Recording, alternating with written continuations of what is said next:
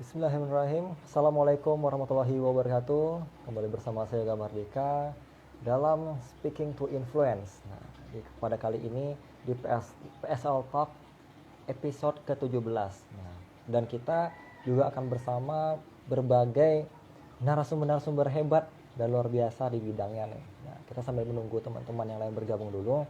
Nah, silakan nantinya selama 1 jam ke depan kita akan lebih sharing terkait dengan berbicara, volunteer, bagaimana berkaitan dengan sedekah, lalu bagaimana terkait dengan waktu, motivasi, dan lain sebagainya. Jadi teman-teman bersiap, nantikan aja materinya. Bagi teman-teman yang ingin bertanya, nah saya akan persilahkan nantinya ya. Jadi kita stay tune dulu. Nah, jadi ini sambil menunggu para narasumber bergabung ya. Nah silakan, saya akan membuat judul dulu, Speaking to Influence.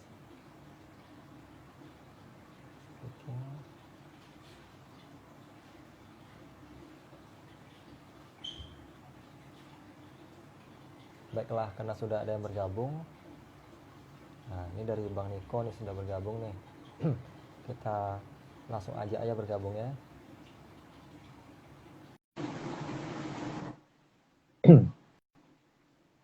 Ya, kita sambil menunggu Bang Niko, salah satu pemateri kita dalam bidang public speaking. Nah, ini dia, Bang Niko. Assalamualaikum Yoga. Baik, kita sambil menunggu jaringan Bang Niko nih ya. Bagi teman-teman, kalau misalnya nggak dengar suara saya, bilang aja ya di kolom komentar nggak dengar ya. Tapi semoga aman aja jaringannya. Kalau Bang Niko lagi menyambungkan nih Bang ya. Kita masih menunggu Bang Niko nih ya. Jadi Bang Niko nih, sedikit kita jelaskan backgroundnya. Nah, dia seorang author juga, penulis, dan juga digital marketing juga di Edu Learning. Ini berkaitan dengan motivasi, berkaitan dengan kegiatan-kegiatan training juga. Jadi Bang Niko lebih aktif juga di sana. Ya, saya menunggu Bang Niko. Masih belum terhubung ya Bang? Ya, jaringan. Kita keluar dulu. Nah, kita lanjut sama Putra.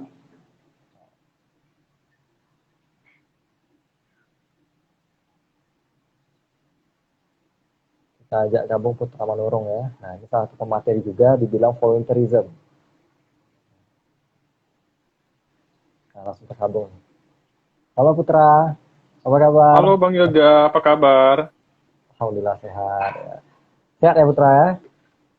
Puji Tuhan, sehat Bang. Alhamdulillah ya. Nah, baik kesempatan kali ini langsung ini Putra, kita tanpa berlama-lama nih kan. Nah, karena mungkin teman-teman sudah pada banyak nih menunggu-nunggu sharing ilmu pada sesi sore kali ini di PSL Talk episode 17 terkait dengan speaking to influence. Berbicara mempengaruhi. Nah, kesempatan kali ini kita akan berbicara bersama Putra terkait dengan volunteerism. Gimana sih Ya, Putra nanti akan mempengaruhi pikiran teman-teman di sini, bagaimana nikmatnya menjadi seorang relawan, dan luar biasa hal-hal hebat apa nih bisa menjadi relawan. Nah, dan banyak manfaatnya Putra ya. Nah, sedikit ya. pengenalan nih Putra nih seorang volunteer tentunya, seorang relawan dan juga banyak prestasi lainnya. Untuk itu saya persilakan Putra kenalin diri atau aktivitas Putra saat ini selama beberapa menit. Oke, silakan Putra. Oke, thank you Bang Yoga untuk Ya, kesempatannya. Selamat sore untuk teman-teman semua yang ada atau yang join pada boleh. sore hari ini. Perkenalkan, saya Saputra Manurung, biasa dipanggil Putra. Kesibukan saya sekarang itu sebagai karyawan, sebagai manajemen train, atau Ya, sudah di-staffkan juga gitu di ya. Project Management Spesialis atau Implementasi Spesialis di BFI Finance Indonesia Tbk. Seperti itu. Oke, nah jadi selain relawan juga seorang lelaki karir ya. Nah, ini Iya. menarik banget nih terkait dengan materi dari Putra ini nanti ya, di mana Putra ini kan lebih banyak membahas tentang volunteer. Nah, teman-teman mungkin tahu nih relawan ya kan, relawan itu ibaratnya kerjanya sosial ya Putra ya, menurunkan Iya, keikhlasan, betul. membantu dan segala macam lah ya. Nah, untuk itu Ya. selama kurang lebih 7 sampai 10 menit ke depan nanti Putra akan lebih menjelaskan terkait dengan topiknya yaitu volunteerism, dan teman-teman yang menonton saya ini silakan bagi yang mau bertanya langsung aja nih di WA atau di DM atau langsung di kolom komen, silakan beri pertanyaan. Nanti kita akan ada sesi tanya jawab setelah sesi penjelasan materi sharing dari Putra. Oke, untuk penjelasan sharingnya silakan 10 menit dari sekarang untuk Putra. Oke, thank you Bang Yoga. Ya. Baik, sebelum saya memulai sharing session untuk kesempatan kali ini, saya mau membukanya dengan satu kalimat gitu ya. Artinya di sini saya mau sharing terkait voluntarism, the power of voluntarism. Berbagi adalah bentuk lain dari rasa syukur. Berbagilah dengan sesama tanpa mengharapkan apapun. Selamat sore untuk kita semua, teman-teman yang hadir di live streaming kali ini. Tadi sudah ada perkenalan ya di awal tadi terkait profil saya, dan di kesempatan kali ini saya akan sharing atau berbagi materi lah istilahnya mengenai volunteerism atau yang kita kenal dengan sukarelawan gitu ya.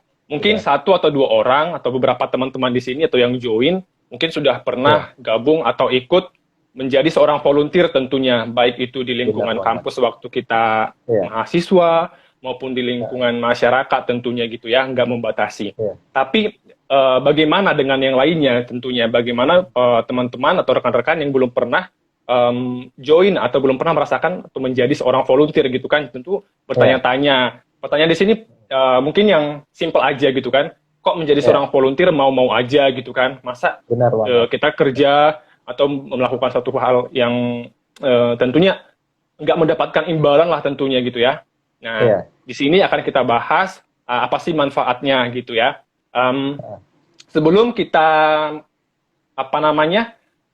saya menjelaskan apa sih manfaat dan keuntungan jika kita ikut menjadi seorang volunteer, ada baiknya apa sih makna dari kata volunteer itu. Volunteer di sini merupakan kata benda gitu ya, atau yang disebut dalam bahasa Indonesianya adalah sukarelawan atau volunteerism, kesukarelawanan atau kegiatannya gitu tentunya.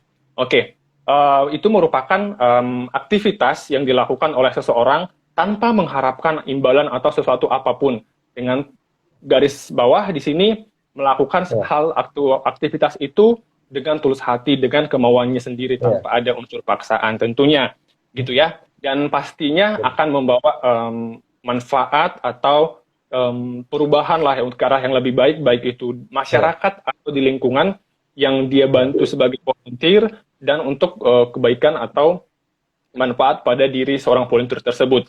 Saya ambil contoh nyatanya ya, untuk contoh simpelnya aja. Mungkin teman-teman yang join di sini ada rata-rata dari di bangku mahasiswa atau pernah menduduki bangku kuliah tentunya gitu ya.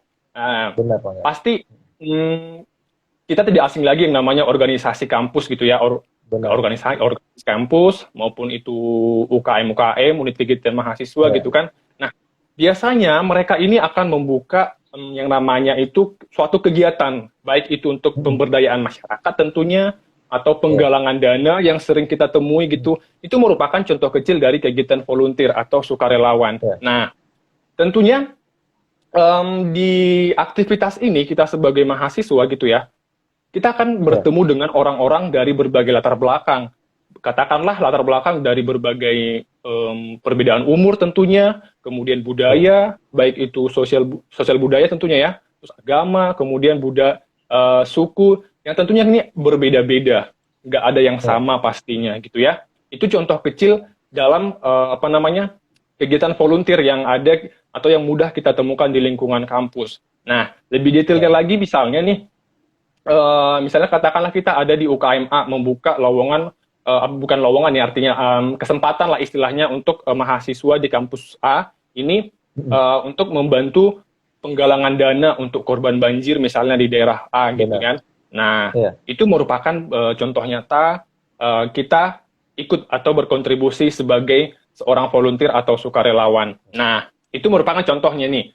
Jadi lanjut lagi, sebenarnya apa manfaat yang kita dapatkan sebagai volunteer gitu ya? Benar banget. Saya membagi atau sharing di sini, saya hanya ambil garis besarnya saja. Kenapa? Karena sebenarnya manfaat atau keuntungan yang didapatkan dari volunteer sebenarnya banyak gitu kan. Tapi kalau kita jabarkan, iya kan, jadi nggak cukup waktunya gitu kan. Jadi saya cuman ambil garis besarnya saja. Yang pertama itu meningkatkan networking. Nah, networking atau jaringan gitu ya. Relasi ya. Iya, relation kepada rekan-rekan setim kita waktu kita melakukan volunteerism gitu ya. Nah, Ya. di sini tentu tadi sudah saya jelaskan di awal kan, kita datang dari berbagai latar belakang atau background Benar. profil yang beda-beda gitu kan. Nah, disinilah Ya. kesempatan kita sebagai seorang volunteer menjalin komunikasi, menjalin kedekatan dengan teman-teman, rekan-rekan setim dalam kegiatan volunteer yang kita lakukan. Nah, tentunya em, apa namanya networking atau relasi yang kita dapatkan pada waktu kita melakukan volunteer itu memang nggak langsung kita dapatkan di hari itu gitu ya, Benar. tapi nanti akan kita dapatkan manfaatnya nanti ya setelah sekian waktu misalnya tahun berikutnya. Ya. Nah, kita apalagi di zaman sekarang ya media sosial yang menghubungkan kita dari jarak misalnya nih Jauh banget ya. contohnya nih saya di Jawa, Bang Yoga di Sumatera, tapi bisa ketemu nih di media sosial gitu kan, Wah, saling luar bertukar biasa. ilmu gitu tentunya. Nah, itu Ya. nanti yang akan kita dapatkan gitu ya dari kegiatan volunteer ini, itu kurang lebihnya. Lanjut ke yang poin yang kedua gitu ya, manfaat atau keuntungan yang kita dapatkan dari kegiatan volunteerism. Tadi sudah ada meningkatkan networking atau relasi, lanjut lagi ke meningkatkan rasa empati gitu ya. Nah, kenapa rasa empati? Kenapa nggak rasa simpati gitu ya? Kenapa?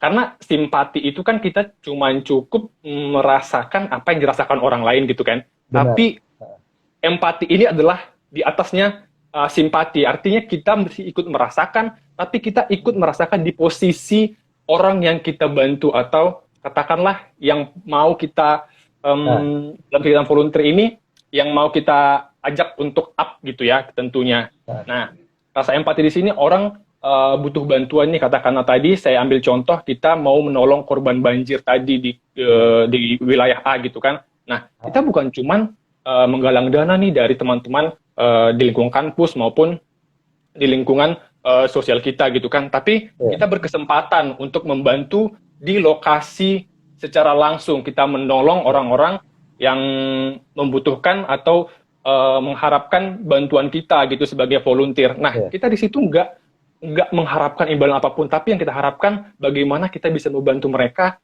dan itu merupakan gimana ya? Saya pikir itu merupakan kebahagiaan tersendiri tentunya ya, karena kita bisa bermanfaat bagi orang lain gitu ya. Nah, itu poinnya. Itu contohnya untuk meningkatkan rasa empati. Kita lanjut juga ketiga. Nah, ini poin terakhir atau manfaat yang kita dapatkan dari ikut sebagai volunteer. Ya, yang ketiga ini meningkatkan skill communication dan jiwa sosial. Nah, jiwa sosial ini tadi relate dengan rasa empati tadi sih sebenarnya. Tapi yang mau saya tekankan di sini, yang mau saya garis bawahi, ini adalah skill communication. Nah, kita nih gabung di katakanlah menjadi volunteer di komunitas A gitu ya, dalam lingkungan mahasiswa tadi kita bahas ya di awal itu. Tentunya kita akan berkomunikasi atau relasi kita akan bertambah. Nah, di sini tentunya komunikasi kita itu tentunya akan di scale up lah tentunya. Kita akan merasa komunikasi saya kurang, saya harus meningkatkan ini. Itu ada rasa atau mendorong diri kita gitu, nah untuk lebih maju lagi, lebih upgrade gitu terhadap kondisi yang kita hadapi waktu kita melakukan volunteer maupun ke waktu berikutnya gitu tentunya, untuk di poin meningkatkan skill komunikasi ini. Dan manfaat ini tentunya bukan kita bermanfaat waktu kita menjadi seorang mahasiswa.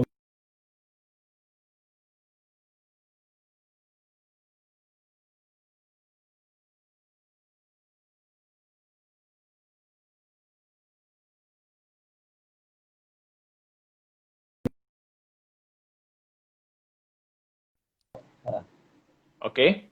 Nah, untuk poin-poinnya sih ya secara garis besar ada tiga poin ya tadi. Yang pertama itu meningkatkan networking, kemudian meningkatkan rasa empati, kemudian meningkatkan skill komunikasi dan jiwa sosial kita. Dan tentunya ini bermanfaat sekali bagi kita, khususnya ya teman-teman atau di sini rekan-rekan yang masih muda lah istilahnya. Gunakan kesempatanmu, gunakan waktumu untuk berbagi, untuk berbuat baik lah istilahnya, karena ini merupakan bentuk rasa syukur kita atas nikmat yang Tuhan berikan kepada kita. Kita bisa bermanfaat bagi lingkungan sekitar kita. Mungkin untuk materi sih cukup yang bisa saya sharing ya, Bang Yoga. Ya, oke, ya.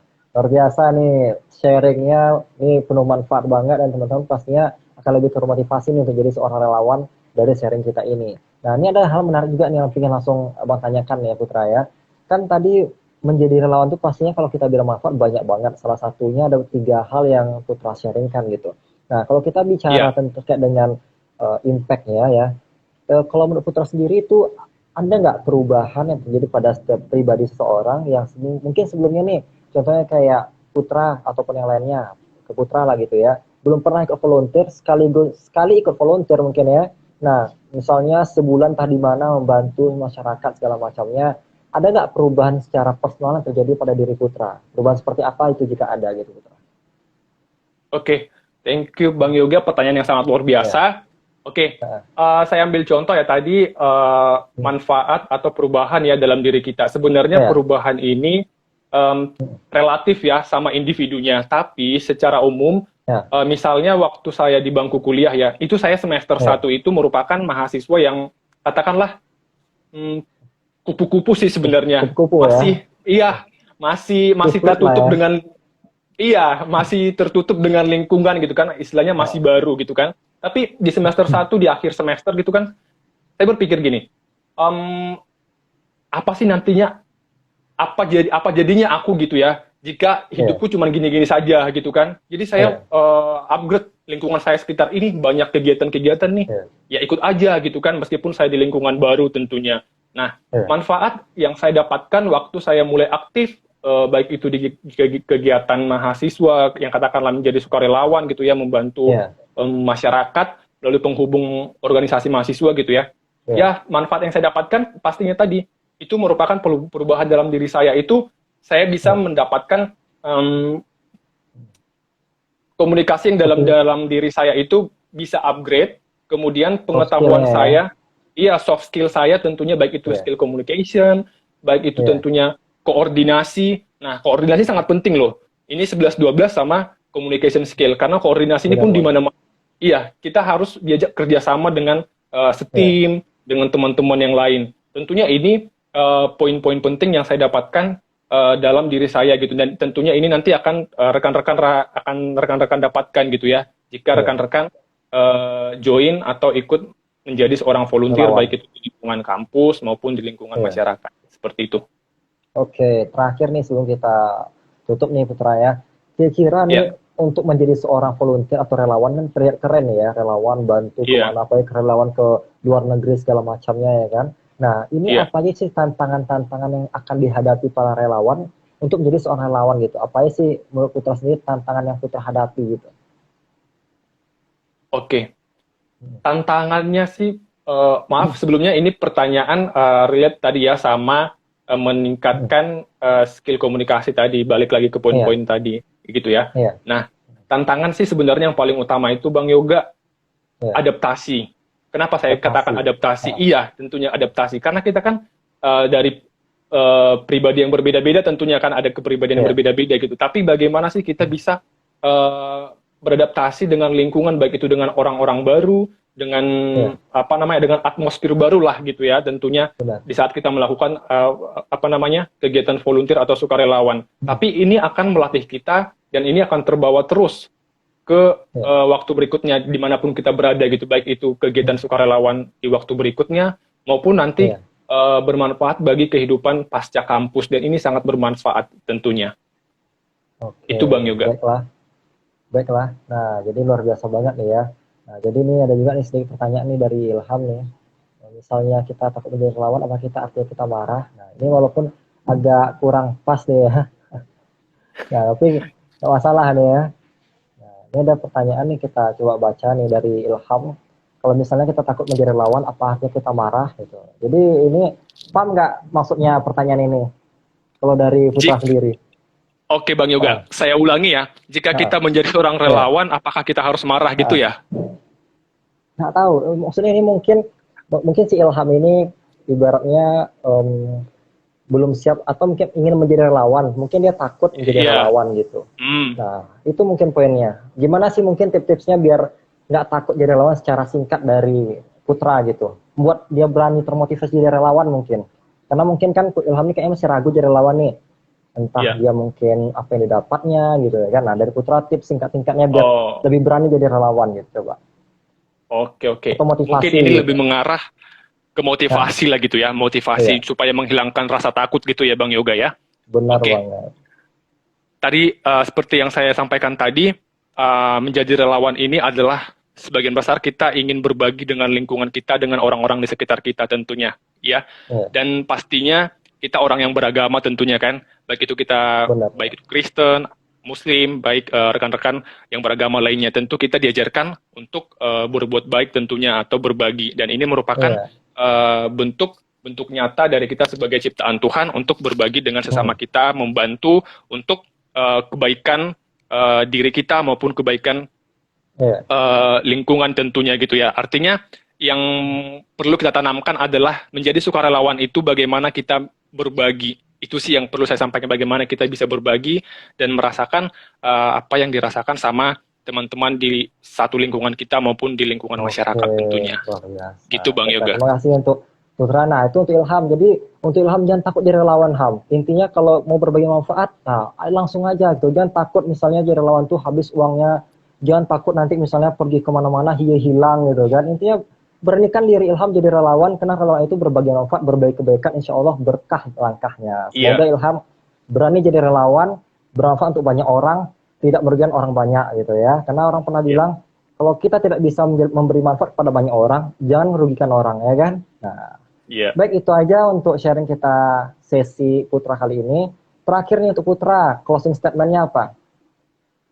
Oke, Nah, untuk mengakhiri ya dari ya, materi dari saya terkait the power of volunteerism, yang perlu saya mm, sampaikan atau pesan dari saya terakhir itu untuk rekan-rekan yang gabung di sini maupun yang nanti akan menonton acara ini, satu pesan saya, jangan pernah ya, sia-siakan kesempatanmu berbagi untuk orang lain, karena kamu ya. tidak akan pernah tahu siapa yang akan kamu temui dan pelajaran apa yang kamu dapat dari mereka. Oke, Sekian Bang Yoga, baik. terima kasih. Baik, terima kasih banget untuk Putra Honurung. Nah, semoga apa yang Putra share bisa bermanfaat dan bisa diamalkan oleh orang banyak dan semakin banyak orang menjadi relawan secara ikhlas dan tulus ya Putra ya. Amin. Amin. Baik, itu ya dari sharing kita pada sesi ini. Terima kasih lagi kepada Putra. Saya akhiri. Selamat sore untuk Putra. Sore Bang Yoga, makasih. Oke. Nah, baik itu dari Putra. Lanjut kita lanjut kepada pemateri berikutnya ya. Nah, ini langsung aja nih kita kirim permintaan ke Bang Niko. Kita menunggu Bang Niko untuk berbicara. Wah, semangat banget kayaknya hari ini ya Bang ya. Segar ya Bang ya. Siap juga. Wah, luar biasa. Baik, langsung ini Bang. Nah, karena kayaknya Bang Niko dari awal tadi sudah nggak sabar nih ya, sudah ingin gabung langsung. Cuma karena tadi berhalangan sama jaringan, tertunda di satu pemateri dulu ya Bang ya. Nah, dia Bang Ya, Niko nih seorang penulis, seorang motivator juga nih, coach juga, lalu seorang digital marketing juga. Nah, oke. Langsung coba ada yang mau tambah pengenalannya enggak Bang? Atau aktivitas Bang saat ini apa? Ada yang perlu ditambahkan nggak dari Bang Niko nih? ya terima kasih Yoga. Terima Ya, sama kasih Bang. teman-teman semuanya. Nah, Perkenalkan nama saya Niko Nurman. Saat ya, ini saya berprofesi sebagai seorang digital marketing, juga sebagai ya, penulis, coach juga, trainer juga. Pokoknya kalau ya. teman-teman ada keluhan, ada bantuan, mau konsultasi sama saya masalah kepribadiannya, saya akan bantu. Ya. Saya juga sebagai seorang motivator. Terima kasih. Wah, luar biasa. Super sekali Bang Niko nih ya. Wah, baik nih Bang, langsung kita ke topik kita di Speaking to Influence, sesi Bang Niko, yaitu berani berbicara, mengubah dunia ya Bang ya. Nah, jadi silakan nih Bang, selama kurang lebih 7-10 menit ke depan, Abang share tentang materi ataupun soft skill ataupun info terkait dengan berbicara, berani bicara, mengubah dunia. Oke, dipersilakan kepada Bang Niko. Ya, terima kasih Yoga. Selamat Hmm, sore teman-teman semuanya. Baiklah, sore. tanpa memperpanjang waktu, saya akan Nah, mempresentasikan materi kali ini. hmm, Pada kesempatan kali ini, saya akan berbicara tentang berani bicara mengubah dunia. Namun, sebelum oke. saya masuk ke materi, saya Nah, ingin kasih sebuah kutipan. Satu peluru bisa menembus satu nyawa, tapi satu kata bisa menembus jutaan kepala. luar biasa. Assalamualaikum warahmatullahi wabarakatuh. Waalaikumsalam warahmatullahi wabarakatuh. Ya teman-teman, baiklah pada kesempatan kali ini saya akan bercerita tentang berani bicara. Namun sebelumnya saya akan bertanya kepada teman-teman semua. Di sini siapa yang ingin menjadi seorang wartawan hanya dengan berbicara? Siapa ayo? Pasti mau semua. Kayaknya semua di sini mau nih, mau banget nih ya. Ya terima kasih Yoga. Hanya dengan berbicara loh teman-teman. Kita bisa menjadi seorang wartawan, menjadi terkenal. Kalau teman-teman nggak percaya, contohnya para motivator konten kita seperti Mary Riana, Mario Teguh, Ari Ginanjar, dan sebagainya. Mereka itu motivator dunia, motivator top Indonesia. Mereka bisa menjadi seorang wartawan, bisa menjadi terkenal, menjadi kaya raya. Apa yang mereka mau, mereka bisa dapatkan. Itu semua hanya dengan berbicara. Untuk itu, selama beberapa menit ke depan, saya kasih tip, trik, dan bongkar rahasia mereka. Ada yang mau? Wah, mau semua nih. Yoga mau banget nih, Bang. Ya, teman-teman, kalau semuanya mau, saya akan mulai. Ada 3 hal yang harus kita kuasai jika ingin berani bicara mengubah dunia. Apa saja itu, teman-teman? Yang pertama adalah kita harus percaya diri. Kenapa kita harus percaya diri? Karena dengan percaya diri, kita akan terhindar rasa takut, cemas, khawatir yang menghampiri. Sesulit apapun kehidupan yang kita jalani, seberat apapun masalah yang kita hadapi, kita akan mampu melewatinya tanpa beban yang berarti. Yang kedua, bicara itu ada seninya. Kenapa bicara itu ada seninya?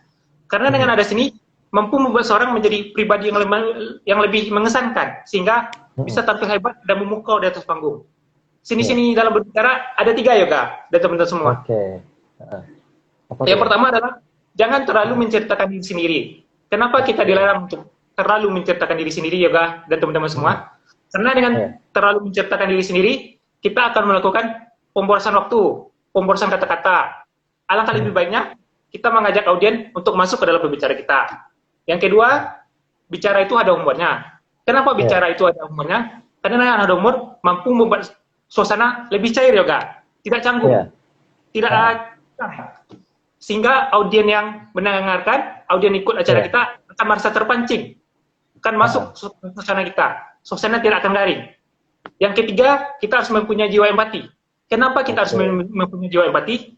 Karena dengan mempunyai jiwa empati, kita akan mampu membaca situasi dan kondisi pada saat itu Yoga.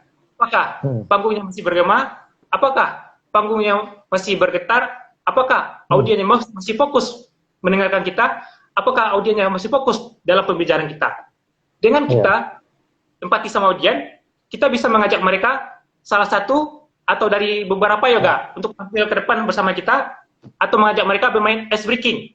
Dengan demikian, audien akan lebih merasa senang terhadap acara kita. Yang ketiga, bagian dari berani bicara mengubah dunia adalah kita harus menginspirasi. Kenapa kita harus berbicara menginspirasi Yoga? Karena dengan menginspirasi kita akan mampu untuk mempengaruhi dan mengajak audien untuk tetap fokus dalam acara kita, untuk tetap fokus dalam kendali kita, dan untuk tetap fokus dalam pembicaraan kita. Sehingga apa yang kita katakan, apa yang kita bicarakan, audien akan mudah untuk memahaminya Yoga. Contohnya, kita bisa menceritakan kisah dari salah satu tokoh, yaitunya Khairul Tanjung. Yoga kenal Khairul Tanjung ya Yoga? Wah, kenal Bang. Si apa tuh? Si anak singkong. Si anak singkong ya. Baiklah Yoga dan teman-teman semua. Singkat cerita tentang beliau, 58 tahun silam, tepatnya di sebuah kota Sibolga, lahirlah seorang anak laki-laki yang bernama Khairul Tanjung.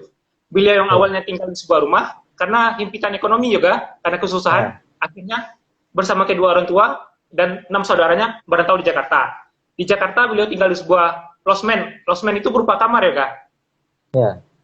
Namun apa dikata, yang namanya merantau, mau tak mau, apapun juga harus ditempuh. Beliau bersama keluarganya tetap semangat dalam menjalani kehidupan. Pendidikan dasar dan menengah, Khairul Tanjung tempuh di sekolah swasta, yaitunya di Sekolah Budi Utomo ya Kak.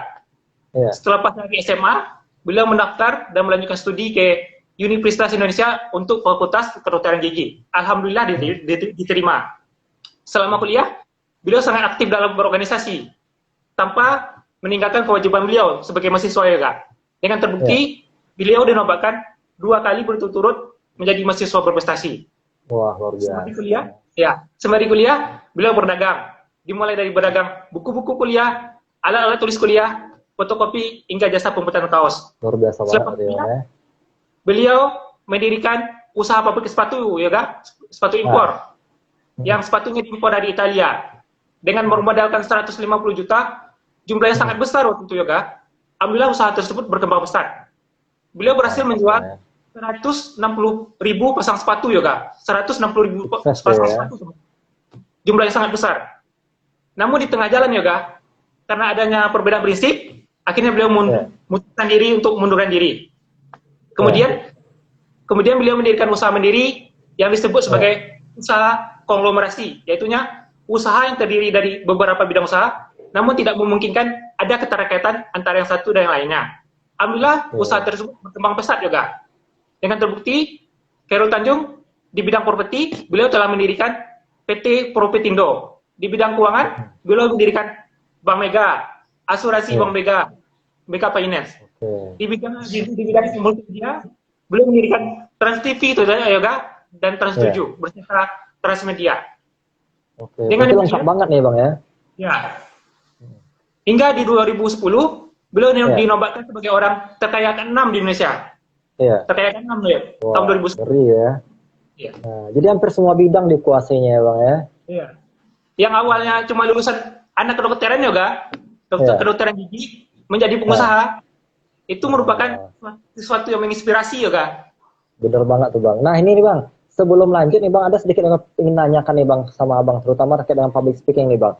Kenapa sih sampai saat ini, kalau menurut Abang sendiri nih, public speaking atau komunikasi itu hampir ada di setiap bidang. Kenapa sih kalau menurut Abang, hampir semua bidang itu butuh komunikasi atau public speaking Bang? Ya, terima kasih Yoga atas masukannya, atas pertanyaannya. Baiklah, di sini saya akan menjelaskan kenapa semua bidang itu butuh public speaking. Karena semua yang namanya kita butuh yang namanya komunikasi, berbagi informasi, serta mengelola tim. Dengan demikian, public speaking sangat dibutuhkan untuk mengelola tim kita.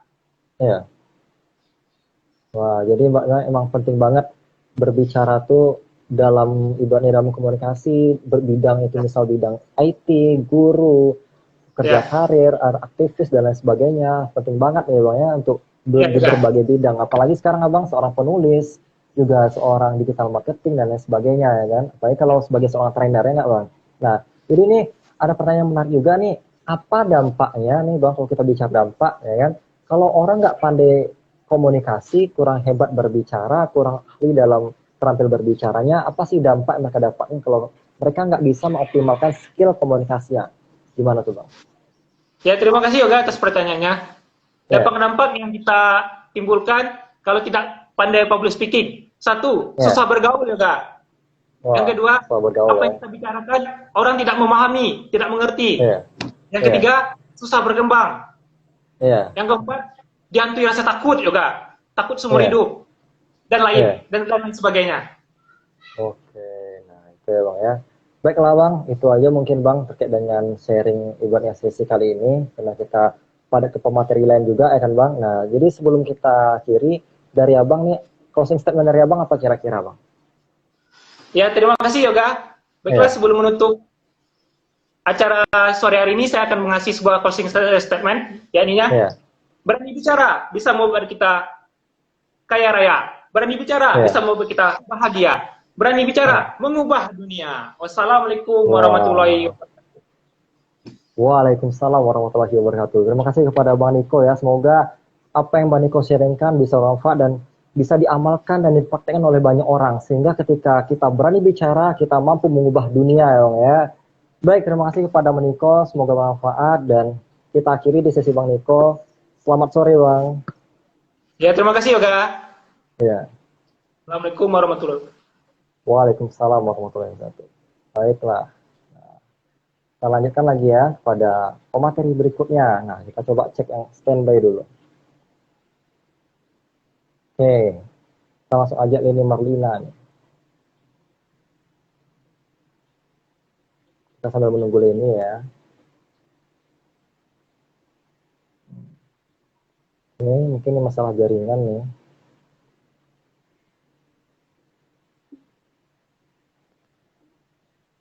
Oke. Nah, ini sambung ke Leni. Halo, Assalamualaikum Leni. Waalaikumsalam warahmatullahi wabarakatuh, Bang. Ya. Apa kabar nih Leni? Sehat? Alhamdulillah sehat Bang, luar biasa. Allahu Wah, Akbar. luar biasa. Ini kayaknya kondisinya sedang di luar nih ya. Sedang asik nih menikmati alam, keindahan alam di luar kayak pepohonan dan lain sebagainya. Iya Bang, lebih refreshing kita jadi lihatnya. Iya, lah ini nggak ada ini handsfree, biar lebih jelas suaranya. Tapi nggak apa, agak dikerasin aja suaranya biar lebih jelas deh ya. Nah, baiklah nih, Oke, Bang. pada lain ini terkait dengan waktu dan kehidupan ya, lebih ke personality. Nah, jadi pengenalan, boleh Leni kenalkan diri Leni atau aktivitas Leni saat ini mungkin Leni. Apa tuh? Oke, baik, terima kasih Bang. Sebelumnya dengar atau enggak Bang suaranya? Ini udah dengar, udah jelas. Tadi yang nggak pernah jelas, ini sekarang sudah jelas. Oke, terima kasih sebelumnya Bang. Perkenalkan semuanya yang lagi nonton nih, gitu kan. Perkenalkan, nama saya Leni Marlina. Saya seorang mahasiswi dari Fakultas Psikologi UIN Riau, dan saya juga penerima beasiswa SKSS Basnas Kabupaten Pelalawan. Sekian Mas dari saya untuk perkenalannya. Jadi sekarang kondisinya lagi di Pelalawan ya Leni ya? Iya, di Pelalawan. Ini pematerian dari berbagai tempat nih. Tadi Putra dari Jawa, Bang Niko dari Sumatera, sama saya ini Leni Sumatera juga, cuman bagian Pelalawannya ya. Nah, baiklah, topik Leni apa nih Leni? Pada sore hari ini insya Allah akan membahas mengenai waktu adalah kehidupan. Wah, jadi biasanya orang dengar waktu adalah uang, sekarang waktu adalah kehidupan. Nah, jadi yang punya waktu sekarang berarti masih ada memiliki kehidupan ya, manfaatkanlah kehidupan dengan sebaik-baiknya. Nah, baiklah kita langsung aja nih, lebih kurang 7-10 menit ke depan, silakan Leni sharing terkait dengan waktu adalah kehidupan. Silakan kepada Leni. Nah, baik. Sebelumnya terima kasih kepada Bang Yoga memberikan waktunya. Nah, kita akan membahas nih mengenai waktu adalah kehidupan. Kalau waktu adalah kehidupan, berarti penting banget gitu ya waktu, berarti mikirnya gitu kan. Banget Iya, pentingnya. tentunya, tentu iya gitu kan. Mau cerita sedikit nih, ada kisah gitu kan. Saking pentingnya mengatur waktu itu. Dia kisahnya seperti ini, ada dari buku yang saya baca. Jadi seorang anak muda, terus setelah itu ada juga nelayan dan anak muda gitu kan. Nelayan itu dia setiap sore gitu ke pantai, ke laut maksud saya, dia melakukan memancing ikan gitu kan. Sementara anak muda itu cuma berpikir, wah, andaikan saya seperti bapak itu, mungkin saya sudah kaya dengan hasil tangkapan ikan saya gitu kan. Benar. Singkat cerita intinya gitu kan, dia bapak itu mengatakan gini, sebelum kamu pergi, saya ingin memberi kamu nasihat. Apa Pak nasihatnya gitu kan? Nasihatnya yaitu ketika kamu ingin sukses atau ingin melakukan sesuatu, ingin misalnya dari segi keuangan ingin dapatkan uang, maka kamu harus berusaha gitu kan. Coba kamu juga memancing seperti saya, pasti kamu akan mendapatkan ikan gitu. Jadi untuk sesuatu hal itu perlu action gitu, atau kan sesuatu. Tidak hanya cukup menghayalkan, oh saya ingin seperti ini, tapi harus juga perlu action dari diri kita sendiri gitu. Nah itu jelas tentang waktu, tentang kisah tentang mengenai pentingnya waktu, dan sebagai seorang anak muda penting banget waktu itu gitu Pak. Saking pentingnya waktu, Al-Quran menempatkan sebuah surat untuknya, yaitu Quran surah Al-Asri ayat 1-3. Rasulullah SAW bersabda, ada dua nikmat yang kebanyakan manusia tertipu di dalamnya. Yang pertama yaitu nikmat kesehatan, yang kedua nikmat waktu luang. Nah kita selalu nih biasanya gitu kan, ketika ada waktu luang, ketika diberikan kesehatan, kita selalu menyanyiakan dan melakukan hal-hal yang dianggap tuh tidak penting lah. Misalnya kalau pada kaum milenial itu ya biasanya itu melakukan rebahan aja gitu, malah bangga gitu, aku tuh kaum rebahan loh gitu. Ya, bangga lah itu. Jadi kan jadi bangga gitu karena jadi kaum rebahan tuh bangga gitu kan. Aturannya yang seperti itu tuh yang harus diubah gitu. Jadi penting banget mengatur waktu. Seperti dengan mengatur waktu kita lebih produktif, kita lebih tertata dalam segala hal gitu, melakukan sesuatunya. Nah, pada sore hari ini saya akan membahas mengenai yang pertama yaitu urgensi waktu. urgensi berarti penting banget waktu ya, urgensi. Pentingnya waktu. Yang pertama yaitu sebagai waktu atau kesempatan itu sesuatu yang wajib kita syukuri. Tentunya ya, kita bersyukur gitu atas waktu yang Allah berikan atau Tuhan yang berikan kepada kita. Yang kedua yaitu sebagai waktu ini sebagai kunci sukses dunia ataupun akhirat. Tentunya gitu ya, orang-orang yang kita lihat orang-orang yang mampu mengatur waktunya, dia tidak hanya sukses di dunia, insya Allah akan sukses di akhirat. Yang ketiga yaitu sebagai sarana pembinaan gitu. Yang keempat langsung saja, yang keempat yaitu sebagai senjata. Nah, maksudnya senjata itu bagaimana? Waktu diibaratkan sebagai pedang gitu. Jadi waktu itu tergantung pada orang yang menggunakannya, atau pedang itu tergantung bagaimana orang yang menggunakannya gitu. Jadi mau binasakah atau mau selamatkah itu tergantung diri kita sendiri gitu. Kembali kepada diri kita sendiri, mau gunakan waktu itu sebaik mungkin atau kita berleha-leha saja gitu. Yang selanjutnya yaitu tentang waktu itu solusi gitu. Memang waktu itu solusi gitu. Solusi dengan adanya waktu kita mampu menyelesaikan masalah-masalah yang ada. Dengan waktu kita bisa melakukan perbaikan-perbaikan yang mungkin perlu diperbaiki dalam diri kita ataupun untuk sekitar kita. Nah, itu tadi mengenai urgensi waktu. Selanjutnya kita akan membahas mengenai hakikat waktu. Nah, hakikat waktu ini ada 3 teman-teman semua. Yang pertama yaitu waktu yang kemarin adalah waktu yang telah berlalu dan tidak mungkin kita dapatkan lagi gitu. Yang kedua yaitu masa akan datang adalah waktu yang belum tentu kita dapatkan gitu, kita miliki gitu. Yang terakhir yaitu waktu sekarang adalah waktu yang diamanakan oleh Allah atau Tuhan, yang dimana kita pergunakanlah waktu yang diamanakan itu sebaik mungkin. Nah, begitu. Itu tadi Bang Yoga mengenai hakikat waktu. Nah, selanjutnya kita membahas mengenai mengefektifkan waktu. Tentunya nih pasti sulit banget gitu ya. Apalagi yang belum terbiasa dengan disiplin. Sulit banget. Kayak mana sih biar pas, gimana sih supaya aku tuh atau saya itu bisa sesuai dengan hal-hal atau di plan-plan saya itu gitu kan. Ya, pertamanya harus paksakan diri itu. Dipaksa, nanti akan terbiasa begitu. Sesuatu dipaksa nanti akan terbiasa, insya Allah. Nah, tentunya mengefektifkan waktu ini tidak hanya dari segi duniawi saja, perlu kita juga mengefektifkan waktu dari segi akhirat gitu.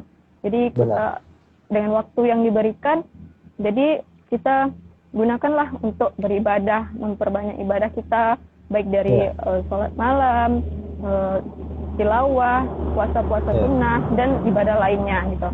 Nah, itulah tadi Bang Yoga terkait poin-poin mengenai waktu adalah kehidupan. Nah, saya kembalikan kepada Kak Yoga. Oke, terima kasih kepada Leni, pas banget nih ya. Jadi kalau menurut Leni langsung nih ya Bang tanya nih ya, karena menarik banget terkait waktu. Banyak orang mengatakan susah ngatur waktu, dan banyak juga dalam seminar motivasi dan sebagainya, tips-tips mengatur waktu dan sebagainya. Nah, sekarang Abang pengen tahu nih kalau versi Leni sendiri nih kan bicara tentang waktu dan kehidupan. Nah, kalau versi Leni sendiri bagaimana sih cara ini mengatur waktu Leni secara optimal dan efisien gitu, efektif efisien gitu. Gimana sih kalau tips dari Leni untuk mengatur waktu ya? Nah, kalau dari Leni sendiri ya, langsung Leni jawab, Bang. Jadi, kalau dari Leni sendiri nih, misalnya Leni lagi sibuk sekarang, pastinya sebagai seorang mahasiswa maksudnya, pastinya banyak tugas-tugas gitu ya. Jadi, pastinya nanti kalau tidak diatur itu nanti kita akan pasti tergesa-gesa atau kita yang akan keteteran gitu ya. Tentunya kita buat suatu kayak list gitu ya. Tugas ini kapan dikerjakan, tugas yang ini kapan dikerjakan, mana yang harus diprioritaskan terlebih dahulu, sehingga hal-hal yang berkaitan dengan perkuliahan, baik hal-hal di luar perkuliahan tidak terganggu dan bisa diselesaikan dengan tepat waktu. Jadi kalau Leni itu lebih kepada di list di mana yang harus diprioritaskan terlebih dahulu gitu. Oke, prioritas ya. Nah, terkait nih, kalau ini tentang kasus nih, banyak juga kita mendengarkan orang-orang yang mungkin hanya sebatas kuliah, tapi waktunya padat banget. Nah, bahkan kita terkadang sering lihat orang ya kan, dia kayaknya sibuk banget, kerjaannya banyak, tapi waktunya banyak gitu. Kerjaannya padat, misalnya baik itu kuliah, kerja, ngurus komunitas segala macamnya, tapi waktunya ada. Dan banyak juga orang yang kelihatannya kerjanya cuma kuliah doang atau sekolah doang, tapi seolah-olah pas ditanya waktunya sibuk, terus nggak ada waktu. Nah, ini menurut Leni, hal yang fenomena seperti apa? Bagaimana tanggapan Leni terkait dengan orang-orang seperti ini? Yang pertama mungkin orang yang kelihatan cuma kuliah doang, tapi padat banget dan nggak ada waktu untuk jumpa. Dan kedua, orang yang kelihatannya banyak bisnis, banyak kerjaan, segala macam, tapi dia ada aja waktunya. Nah, itu bagaimana terkait fenomena ini yang sering terjadi nih, Leni? Jadi dari pandangan Leni gitu ya, Bang? Iya, dari pandangan Leni gimana tuh? Menyikapi fenomena unik ini. Ya. Oh, menyikapi fenomena unik ini. Tentunya terlihat, kita lihat dulu dari individunya itu sendiri bagaimana gitu ya, Bang. Sekarang ada orang yang memang malas untuk bertemu dengan orang-orang sekitar gitu. Ya udah di rumah aja rebahan gitu ya, ngapain keluar-keluar gitu. Sementara ada juga orang yang super sibuk, memang sibuk gitu, melakukan bisnis, melakukan hal-hal kegiatan sosial lainnya. Dia mampu dan bisa kok gitu untuk diajak ketemu gitu, bisa kok gitu. Kenapa yang cuman kuliah mungkin kok nggak susah gitu? Mungkin ya itu dari pribadinya sendiri ya, mungkin nggak mau bersosialisasi atau ya tidak mau bersosialisasi dengan lingkungan. Ya solusi dari Leni sendiri mungkin ya coba gitu upgrade diri terlebih dahulu, upgrade diri. Bahwasanya kita tuh butuh juga bersosial gitu, butuh juga untuk berkomunikasi dengan orang lain, gitu, untuk mendapatkan informasi-informasi yang bermanfaat dan melakukan hal kebaikan tentunya. Nah, itu sih Bang tanggapan dari saya. Yang mau dapatkan yang utama, teman-teman silakan upgrade diri ya kan. Jadi kalau teman-teman merasa baru kerjain satu hal aja udah merasa sibuk banget, bukan teman-teman yang sibuk, cuma teman-teman belum tahu bagaimana skill cara untuk mengoptimalkan manajemen waktunya ya nggak Leni.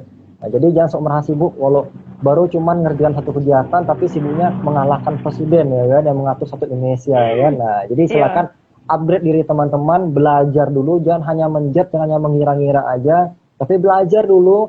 Merasalah ibaratnya kayak kata Steve Jobs, stay foolish, stay hungry ya kan. Tetap merasa bodoh, tetap merasa lapar agar bisa mengoptimalkan ilmu dan waktunya. Karena waktu adalah kehidupan. Terakhir nih Leni, closing statement dari Leni. Nah, closing statement dari Leni nih. Jadi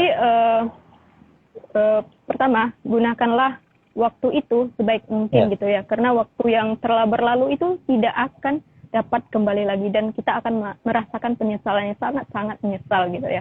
Jadi Dr. Setiawan Budi Utomo mengatakan bahwasannya jangan pernah bilang tidak ada waktu untuk sesuatu hal yang baik gitu kan. Jadi kita biasanya menolak gitu, malas nggak ada waktu gitu. Jadi jangan pernah katakan tidak ada waktu untuk sesuatu hal yang baik gitu. Nah, sekian dari saya dan terakhir saya ingin mengasih pantun ya. Ya, oke. Jalan-jalan ke jalan-jalan ke kota Pekanbaru. Pergi ke Pekanbaru membeli pepaya. Saya terlalu ini ya, membeli pepaya. Tidak lupa membeli semangka. Terima kasih kepada Bang Yoga, moderator yang sangat luar biasa. Sekian dari saya akhiri. Wassalamualaikum warahmatullahi wabarakatuh. Waalaikumsalam warahmatullahi wabarakatuh. Oke. Kita lanjut ke pemateri terakhir. Nih, tanggapan dari Ham juga nih.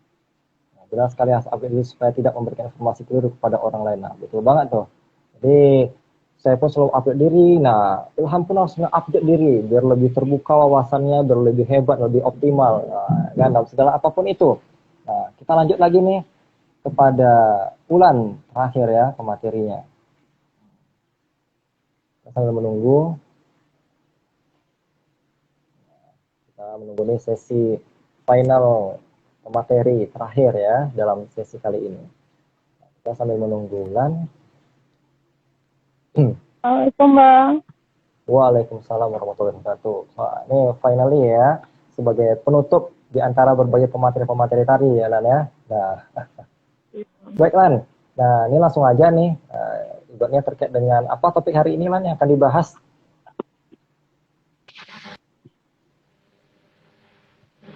Halo? Halo, Dengar suara halo Abang Bang. Lan? Ya. Topik apa yang ingin Ulan bahas nih teman-teman? Topik hari ini tentang Ya. mencari ridho Allah melalui 3S, Bang. Nah, 3S. Nah, pasti teman-teman penasaran 3S itu apa ya? Sebelum itu boleh Ulan sedikit perkenalan diri dan aktivitas saat ini apa aja nih yang perlu teman-teman tahu dari Ulan. Silakan Lan. Assalamualaikum warahmatullahi wabarakatuh. Perkenalkan, nama saya Rizka Indah Wulandari. Saya bekerja di UPJ. Saya juga relawan di rumah relawan duafa yang ada di Pangkalan Tinggi. Oke. Iya Bang. Sip. Nah itu aja ya Lan ya. Mungkin udah sering juga nih penampil di live streaming bersama saya juga nih. Wah. Langsung aja nih Lan, biar teman-teman lebih tahu nih bagaimana apa sih 3S tadi itu ya kan. Silakan kurang lebih sampai habis waktu 1 jam nih ya. Ulan silakan sharing terkait dengan materi topik Ulan hari ini. Itu silakan. Oke. Assalamualaikum. Terima kasih saya ucapkan kepada Bang Yoga yang telah memberikan kesempatan kepada saya untuk menjelaskan tentang mencari ridho Allah melalui 3S. 3S yang saya maksud di sini yaitu pertama sholat Bang. Dimana kenapa Ulan jadiin yang paling pertama itu sholat? Karena sholat itulah yang agama kita. Sholat itulah yang nanti bisa kita dan akan dipertanyakan pertama kalinya. Gitu. Jadi dengan kita sholat kita baik, dengan sholat kita khusyuk, dengan sholat kita hampir mendekati cara sholatnya Nabi, insya Allah ridho Allah itu akan selalu datang kepada kita dan kita. Jadi banyak keberkahan yang akan datang hampir kita jikalau sholat ini kita pegang teguh, jikalau kita tidak lalai dalam menjalankan sholat. Yang kedua yaitu sholawat. Kenapa sholawat Ulan masukkan di peringkat kedua? Kenapa? Karena itu sebagai bentuk rasa cinta kita, rasa sayang kita kepada baginda Rasulullah, Bang. Kenapa? Karena baginda Rasulullah yang membawa kita dari zaman jahiliyah menuju ke zaman yang penuh teknologi seperti sekarang ini gitu. Jadi kalau seandainya baginda Rasulullah tidak ada, itu maafnya Bang, kita masih kamar itu pasti masih merajalela. Benar banget. Perempuan itu kacau lah ya. Gak ada harganya. Betul Bang, perempuan itu gak ada harganya sama sekali, kan gitu. Alhamdulillah di sini semenjak dengan adanya baginda Rasulullah kita jadi lebih tahu gitu. Gimana tuntunan Islam untuk kita umat muslimnya gitu. Jadi secara langsung dari situ kita belajar dan akhirnya dapatlah ridho Allah itu makin masuk lagi, makin bertambah lagi keberkahan Allah kepada kita, makin banyak lagi rezeki-rezeki yang menghampiri kita, gitu Bang. Makin bahagialah hidup kita rasanya kan gitu Bang. Damai rasanya. Terus, yang ketiga nih.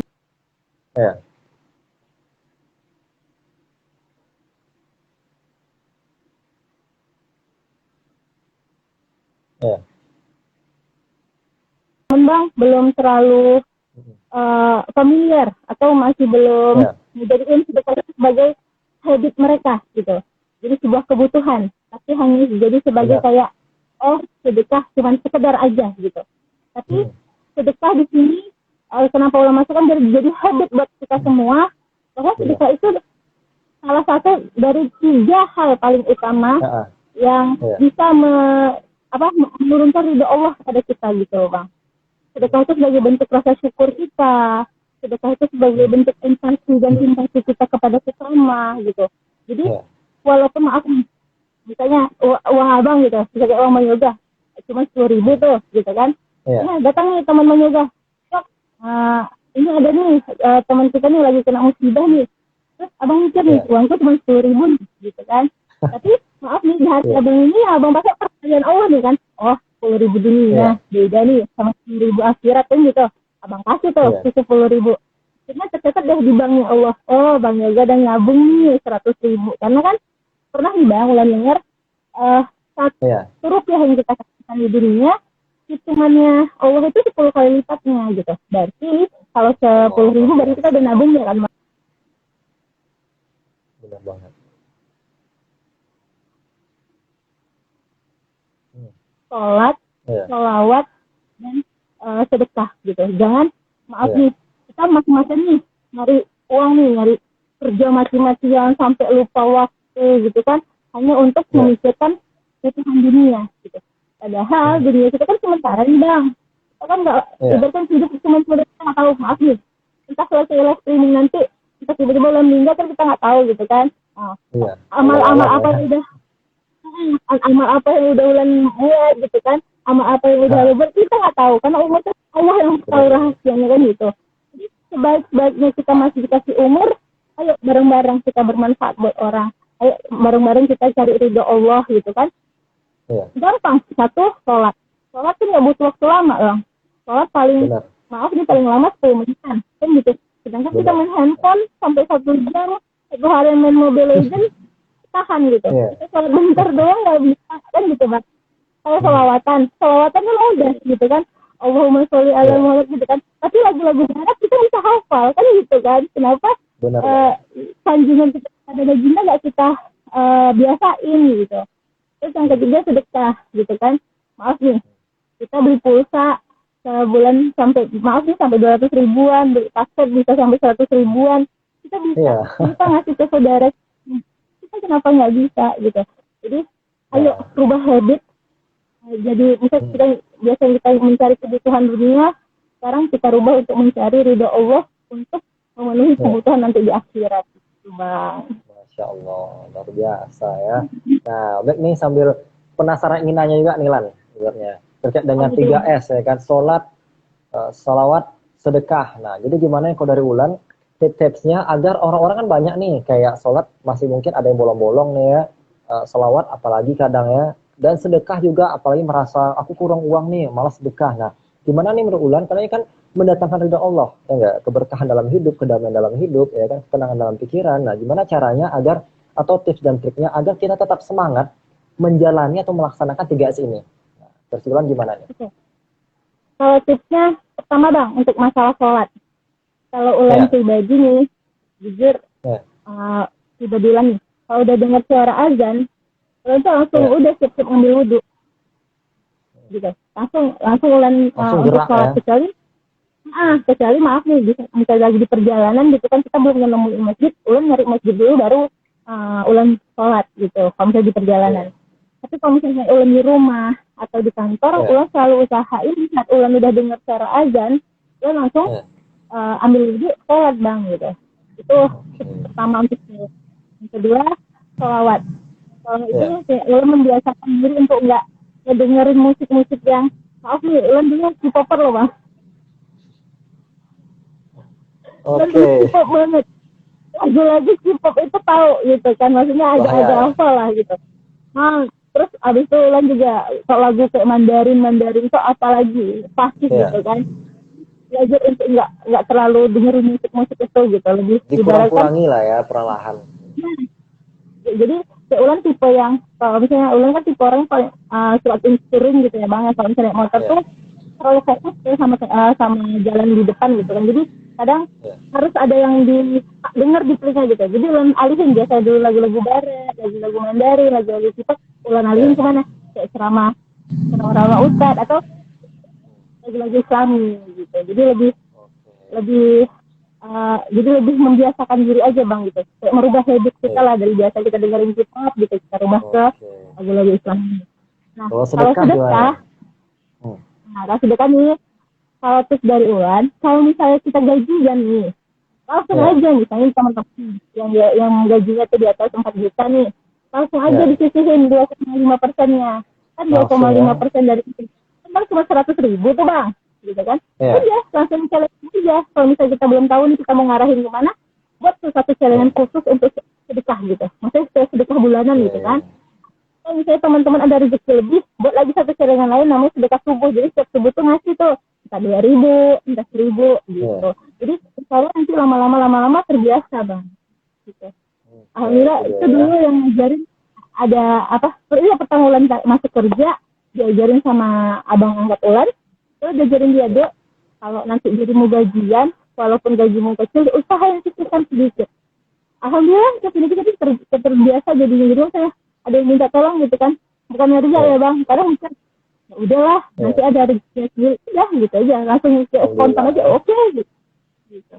Jadi kadang mikir gini, sambilan ngasih masih bang, sambil ngasih sedekah itu bukan untuk diri ulan, nggak. Kadang saya ulan kan ada anak nih, ada ayah ibu masih lengkap, alhamdulillah gitu. Jadi ya niatin aja tuh semua untuk dia gitu. Maafin sebelah, misalnya ngasih 50.000 nih, gitu kan. Ulan niatin tuh untuk semua keluarga gitu. Lo pernah nanya kan sama salah satu ustaz, kan sananya saya sedekah, tapi saya niatin untuk semua keluarga boleh nggak? Boleh gitu, karena ibaratkan rezeki kamu tuh kan juga wajib kamu kasih ke orang tua gitu kan. Misalnya ulan udah ngasih nih, tapi ada rezeki berlebih lagi, kamu niatin untuk mereka tuh lebih bagus gitu. Jadi amal jariahnya itu sedikit potong nih Lan. Nah, sedikit potong tadi kan Ulan bilang tadi kalau untuk orang-orang yang gaji 4 juta boleh langsung disedekahkan. Nah, gimana kalau misalnya orang-orang ini gajinya 1 juta atau cuma 500.000 tapi dia ingin sedekah, itu apakah bisa dengan cara zakat 2,5% atau ke sedekah larinya atau bagaimana? Tadi kan kalau dia 4 juta kan bisa langsung nih kita alihkan ke zakat 2,5%. Nah, namun kalau di bawah sekitar 1 juta atau 500.000 itu bagaimana tuh? Oke, buat teman-teman, maaf nih, yang gajinya di bawah UMR gitu kan, atau masih di UMR ya bang, ya 27 ya bang, atau 3 gitu kan ya bang ya. Mereka bisa sedekah bang. Sedekah kan kita nggak ada aturannya. Mereka mau ngasih 10.000, 20.000, itu tidak masalah. Mereka tidak bisa bersedekah, tapi kalau untuk berzakat, mereka belum bisa. Karena belum masuk ke nisab mereka. Bang, jadi itu kategorinya niatannya sedekah gitu, bukan zakat lagi ya. Belum masuk ke zakatnya, tapi untuk zakat fitrah mereka sudah bisa gitu, tapi untuk zakat profesi atau zakat mal mereka belum masuk gitu. Oke, nah seperti itu ya. Nah, luar biasa banget nih ya terkait dengan sharing 3S-nya, sholat, sholawat, sedekah. Nah tentunya ini ketika teman-teman aplikasikan dalam kehidupan, insya Allah akan selamat dunia dan akhirat. Nah bayangkan, tidak hanya dunia tapi akhirat. Oke, terakhir sebelum kita tutup, closing statement dari Ulan apa tuh Lan? Oke, statement closing dari Ulan satu, hidup itu sementara. Tak usah terlalu memikirkan dunia, jadilah bermanfaat untuk akhirat. Oke, luar biasa ya. Baik, terima kasih kepada teman-teman pemateri, khususnya kepada Ulan sebagai pemateri penutup ya. Semoga apa yang di-sharingkannya bermanfaat, penuh berkah, dan mendapat ridha Allah SWT ya. Semoga kita bisa aplikasikan bersama-sama ya. Baiklah, terima kasih pada sesi kali ini. Nah, selamat sore Ulan. Assalamualaikum warahmatullahi wabarakatuh. Waalaikumsalam bang. Makasih ya bang. Makasih semuanya.